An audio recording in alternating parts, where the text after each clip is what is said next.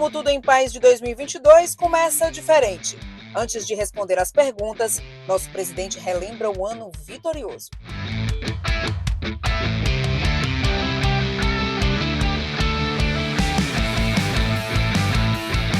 Lembra de tudo, presidente, aí? Muito legal, viu? Sim. Título importantíssimo, né? Um tetracampeonato e um tetra realmente participando dos 4, né? Foi lindo. O Castelão tava bonito. Copa do Nordeste, inesquecível esse lance do Moisés aí.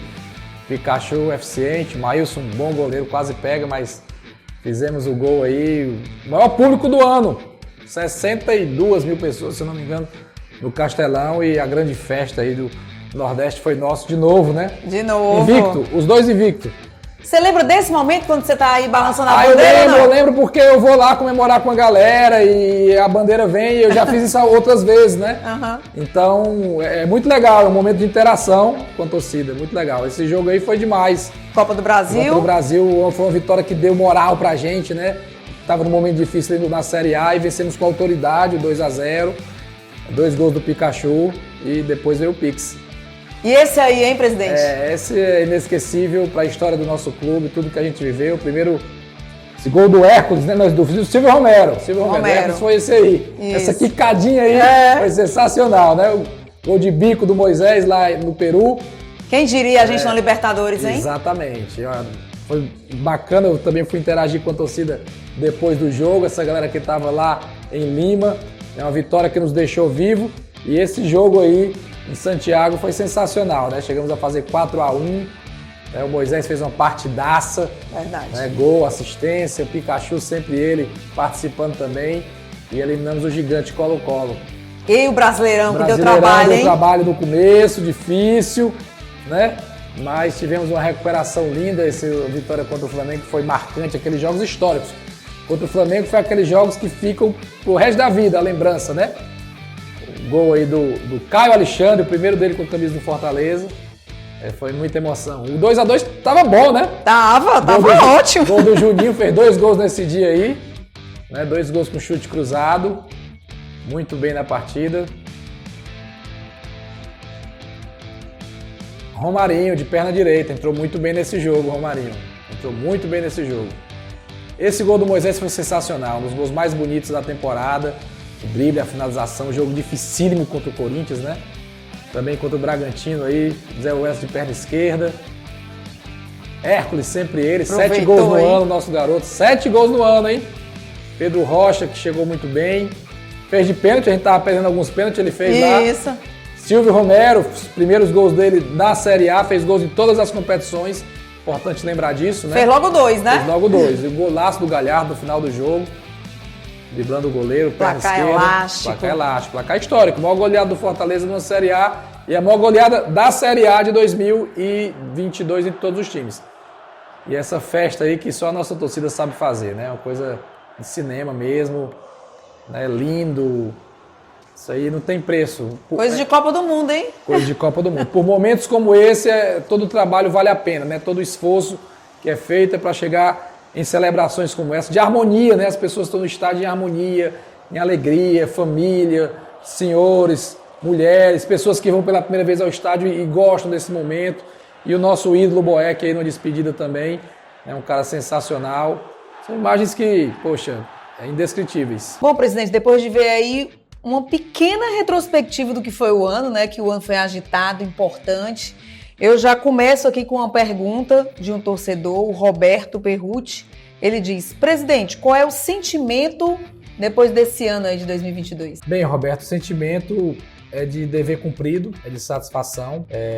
Não vou nem dizer, não tenho cansaço, de verdade, apesar de ter sido uma temporada longa, 70 jogos, talvez uma temporada com mais jogos na história do Fortaleza, mas eu não me sinto cansado, assim, eu gosto muito do que eu faço, né? Eu adoro estar nesse ambiente, é um ambiente difícil, de pressão, de cobrança, de necessidade de alta performance o tempo todo, mas muita satisfação, acho que a gente termina o ano feliz, né? O torcedor do Fortaleza está feliz com as vitórias, com as conquistas, com as reviravoltas, com a forma como as coisas vêm acontecendo no clube. E é de muita satisfação olhar para essa temporada com alegria. Bom, o José Júlio já está pensando aí no ano de 2023, né? Acredito também como a diretoria, como você. E ele pergunta o seguinte: quais as principais medidas que vão ser tomadas no próximo ano com o objetivo de deixar o Leão mais forte ainda? Bem, Júlio, as medidas são algumas, né? Primeiro, a gente tem que continuar estruturando o clube, tem avanços estruturais a serem feitos, acabamos de entregar o hotel Ribamar Bezerra e muito satisfatório, os atletas gostaram.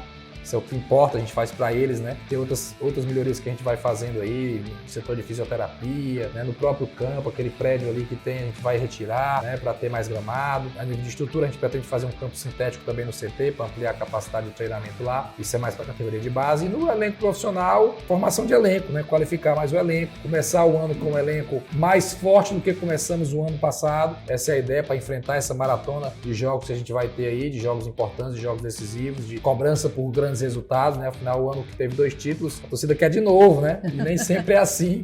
A gente vai trabalhar para isso, tomara que seja de novo assim. Investir em elenco, manter a política financeira responsável de pagamento em dia, de premiações, de salários, de tudo, e também infraestrutura. O Marcelo Dutra diz o seguinte: sabemos que um passo importante para a consolidação do Fortaleza em outro patamar é o desenvolvimento das categorias de base e revelação de talentos para ganho esportivo e financeiro. Como é que está sendo visto esse desafio no planejamento de 2023? Permanente. A base nunca teve tanto investimento. O 19 foi um investimento alto. 20 não foi tão alto em função da pandemia. 21 já foi mais alto. 22 já foi mais alto. 23 também é para ser mais alto. Mas as pessoas relacionam muito. Gastou, teve o resultado. Não é só assim, né?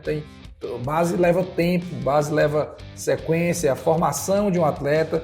Existem 2 etapas na base para o caminho de um jogador chegar no profissional. Você pode formar o jogador, como você pode captar jogadores já mais prontos, numa idade de 16, 17 anos. É um outro caminho, requer investimento. Mas acima de tudo, quem for na base do Fortaleza hoje, até sugiro que a TV Leão possa ir lá, fazer uma matéria, né, mostrar o que tem de fisiologia, o que tem de análise de desempenho, o que tem de academia, o que tem de campus, o que tem de método no trabalho lá, sabe que está sendo bem cuidado. Mas claro que a gente quer sempre evoluir, disputar melhores competições. Fomos bem no Sub-17 desse ano, já é um avanço no Campeonato Brasileiro, né? Eliminamos o Flamengo, passamos de fase. É um processo contínuo, mas que tem sim investimento e tem também um método de trabalho. O Felipe Noleto diz o seguinte: pais, parabéns pelo trabalho histórico. E agora, como iremos cumprir esses orçamentos milionários que estão por vir em 2023? Felipe, quais são esses orçamentos milionários que eu tô doido para saber, né? Porque o orçamento de 2022, ele contemplava a fase de grupos da Libertadores. O de 2023 ainda não contempla, né? A gente tem que passar da fase 2, chegar na fase 3, passar da fase 3, chegar na fase de grupos. Aí dá uma ampliada no orçamento. Mas claro que vai ser um bom orçamento, talvez ele se refira às premiações, né, que nós tivemos no ano de 2022. É sempre importante lembrar, né, foi um número expressivo, acho que mais de 60 milhões. Mas quando se fala 60 milhões, você já tira aí 10%, né, que são de impostos, né, que é o INSS, se não me engano, e o imposto que é dos atletas, que é o direito de arena. Então já reduz 10%. E dessa premiação, boa parte dela é de premiação que a gente divide entre os atletas.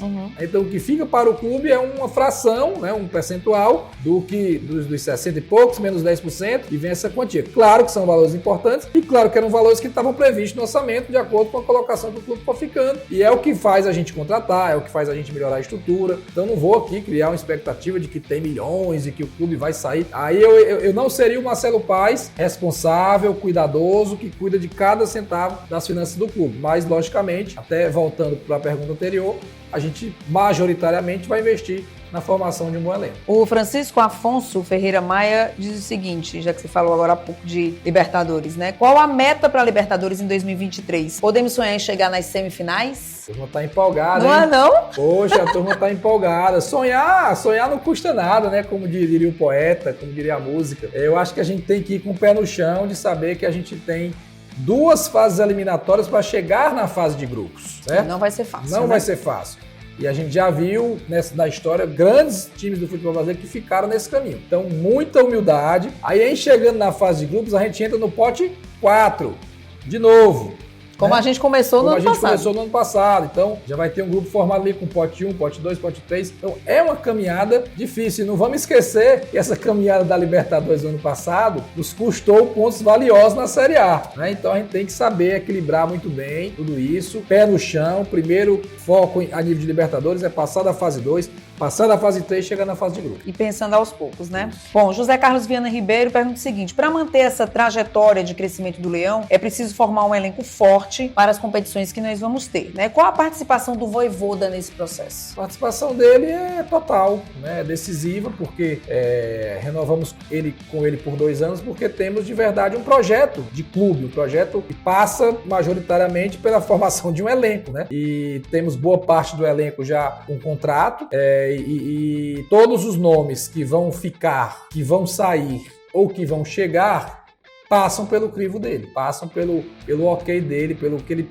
projeta de modelo de jogo para o ano de 2023. E ele sugere também, né, presidente? Claro, sugere. Então, é um trabalho que passa muito pela comissão técnica. É aquilo que eu digo muito, né? Eu trabalho com pessoas melhores do que você. O Vojvoda é muito melhor do que eu em futebol. Se ele é melhor do que eu, não sou eu que vou dizer o que ele tem que fazer, é ele que vai dizer o que a gente tem que fazer. E aí a gente vai buscar operacionalizar, né, em parceria. Bom, o Antônio Feitosa diz o seguinte: no momento em que havia pressão para demitir o treinador, o que levou o senhor a ter serenidade e quem o ajudou nessa hora? Olha, a gente tem que lembrar o seguinte, que quando tem um processo difícil de tomada de decisão, de demissão de treinador, a gente tem que considerar o trabalho, né? Não só os resultados. Os resultados não eram bons. 14 rodadas na última colocação, 20 rodadas na zona de rebaixamento. Se fosse só pelos resultados, muita gente teria mudado, teria trocado o treinador. Mas a gente viu o trabalho, dia a dia. E o contexto. O contexto era aquela pontuação, né?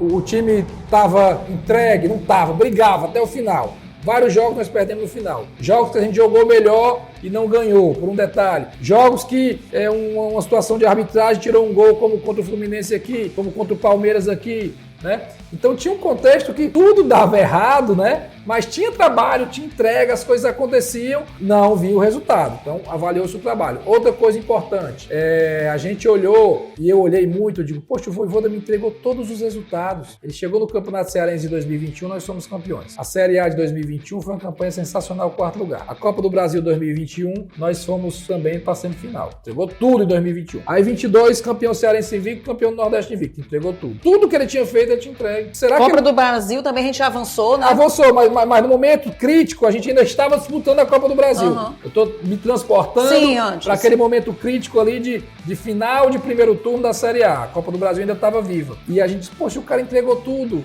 É ele que vai entregar o... Por que eu vou não confiar nisso agora? E ele entregou uma ótima campanha na Libertadores, a recuperação do Brasileiro, que foi uma coisa sensacional, e também uma boa campanha de domínio na Copa do Brasil. E que pessoas ajudaram? Pessoas próximas da diretoria, né? O Alex Santiago foi um cara fundamental, o Daniel Pessoa, o Júlio Manso, o Papelim, o Geraldo Luciano, o Rolim, né? Pessoas que estavam ali, o Marcel do Marcos, sempre dando força. Minha esposa, Jade Romero, me ajudou muito, estando do lado, segurando a onda, família, né? Então, as pessoas mais próximas que fortalecem, né? Que conversam, que digam vai dar certo, tenha calma e tal. Eu talvez vá ser injusto com alguém aqui, tá esquecendo alguém, porque tanta gente que manda mensagem naquele momento difícil. O Roberto, que foi diretor da base, hoje está nos Esportes Olímpicos. Muita gente bacana que fortaleceu. Muito torcedor também, né, pai? Muito, sabe, Dani? Muitos não acreditavam, mas muito acreditavam também. Mas é hora de lembrar dos que ajudaram, né? Então, muito torcedor que na época difícil escreveu, olha, eu acredito, vai dar certo, e a gente falava uma palavra, ó, confia e tal, aí o cara veio depois em novembro e disse, olha aí, tá vendo o que eu escrevi lá em julho? Aí eu olhava, realmente você apoiou, né? Então teve apoio sim, teve cobrança, algumas cobranças pesadas, mas vamos pra frente, vamos falar de coisa boa, né? Que bom que deu certo. Teve muita gente apoiando, e assim, aqui dentro do clube, né, eu tô me estendendo nessa resposta, né, mas vocês, né, do marketing, a Toinha, a cozinha, funcionários, todo mundo botava aquela corrente positiva para melhorar, né? Então terminou que a gente conseguiu, graças a Deus. Coisa boa. O Fábio Nascimento diz o seguinte: nós vencemos a concorrência de gigantes do futebol brasileiro pelo Vojvoda. Qual foi o maior desafio dessa negociação e qual a importância do treinador para o ano de 2023? O maior desafio foi conseguir convencê-lo a ficar aqui ganhando menos do que outros times estavam propondo. Esse é um desafio, né? Embora ele teve uma valorização salarial considerável, justa e considerável, né? O Fortaleza fez um esforço para mantê-lo, mas ele também quis muito ficar porque ele aceitou ganhar menos do que tinha em outras propostas. Então esse desafio do convencimento não passa só por isso, a permanência dele, não é só dinheiro. Na verdade, dinheiro talvez foi um dos itens, né? O resto a gente já tinha, que era o quê? Relacionamento, verdade, transparência, saber que a gente joga junto mesmo, saber que a gente teve momentos difíceis e superamos juntos, a ideia de montar um elenco ainda mais forte, a ideia de melhorar a estrutura do clube, tudo isso foram fatores importantes que influenciaram a adesão dele. Ele gosta da cidade, a família dele gosta da cidade, apesar de não morarem aqui, mas quando eles vêm para cá, é uma festa, é uma alegria, eles sentem que o Vojvoda é feliz aqui, a esposa que está lá em Rosário, na Argentina, os filhos sabem que ele é feliz aqui mesmo com a distância da família, então quando eles vêm, é tudo muito bom. Então tudo isso pesou, mas ele foi muito assim, ele quis ficar, né, e aceitou ganhar menos do que em outros locais, embora o esforço que a gente fez para ele ficar também foi grande. Aí completando aí essa pergunta, o Frederico diz assim, foi muito difícil manter o nosso professor? Acho que ele quer dizer no sentido da conversa. Não, eu não vou dizer que foi fácil, porque se a gente disser que foi fácil até desvaloriza, né? Ele sabia de muito tempo que a gente queria ficar com ele.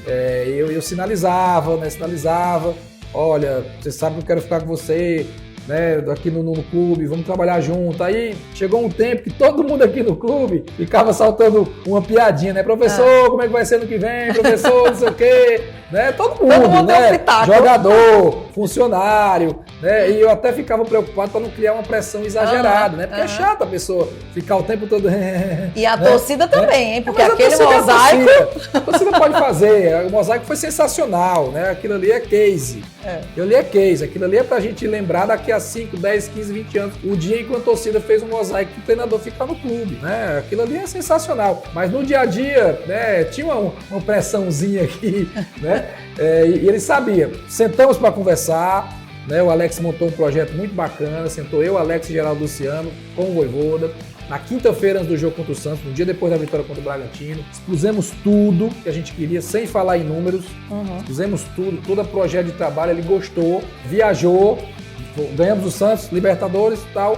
E em 2, 3 dias ele resolveu. Então não foi uma coisa de novela, de muita demora, de vai pra lá, vai pra cá. Eu achei legal isso. Quando eu fui conversar com o empresário dele, a coisa foi muito objetiva, né? A gente fez uma proposta, eles fizeram outra situação, ok, a gente atende o que vocês querem, e foi muito rápido. Então a parte de negociação assim com o empresário foi rápido, porque já vinha trabalhando muito a ideia de permanência. Foi um acerto, exatamente. Na verdade, até porque isso é importante, né, País? Porque a gente não pode esperar muito tempo para trabalhar pro ano que vem. Já se representa. Exatamente. E tem que ter elenco e tem muita coisa aí pela frente. Exatamente. E ele também teve esse senso de responsabilidade de saber que, enquanto antes tivesse uma decisão, para o futuro dele e do Fortaleza era melhor. Que bom que foi junto. Para a gente encerrar, tem a pergunta do Guilherme Porto, e é uma pergunta ligada ao que está acontecendo muito no nosso futebol, né? Ele diz, primeiro ele fala, presidente, parabéns pela campanha de recuperação do Brasileiro, e diz, a possibilidade do Fortaleza se tornar SAF é discutida no clube? Guilherme, a gente conversa internamente, sim, a nível de diretoria, né, entendendo esse modelo de SAF. Os principais clubes do Brasil que fizeram SAF eram clubes que estavam numa situação totalmente diferente da que o Fortaleza se encontra hoje. Eram clubes que estavam com muita dívida, não tinham credibilidade naquele momento, muita história, mas não tinha credibilidade para contratar jogador, para formar um elenco qualificado. Então, com exceção do Bahia, que não estava numa situação tão complicada, né, ainda está aprovando a SAF deles lá, acho que não foi 100% aprovada ainda, mas Vasco, Cruzeiro e Botafogo, a gente sabe que vivia situações difíceis. E a SAF era, quase que uma tábua de salvação. E eu acho que eles fizeram certo, mudaram a história, o Botafogo fez uma boa Série A, o Cruzeiro sobrou na Série B, subiu, e o Vasco subiu ainda sem a SAF e deve vir forte para o ano que vem com a SAF. Fortaleza tem que pensar num caminho diferente. Eu acho que Fortaleza se capitalizar é importante, entrar dinheiro é importante, mas não sei se é o momento do Fortaleza perder o controle do clube. Como hoje o Cruzeiro tem um dono, o Vasco tem um dono e o Botafogo tem um dono, e o Bahia vai ter um dono. muda a configuração, muda totalmente. Não sei se esse é o momento do Fortaleza. Acho que o Fortaleza tem uma boa gestão, né? Tem resultados, tem um equilíbrio financeiro, mas se conseguir um modelo, e aí é SAF, porque a SAF não necessariamente é vender 90% das ações do clube. Você pode vender 40, 30, 10, 8, 27, o que for, né? Se capitalizar, né? E poder competir com outras marcas. Então a gente está olhando, conversando, entendendo cenários, ouvindo, tá tomando uma decisão, é o torcedor que vai aprovar. Nunca é o Marcelo ou é o Wendel, presidente do Conselho Deliberativo, é o torcedor que vai dizer sim ou não no voto, né? Que o Fortaleza é um clube democrático, o torcedor vota, o sócio-torcedor vota.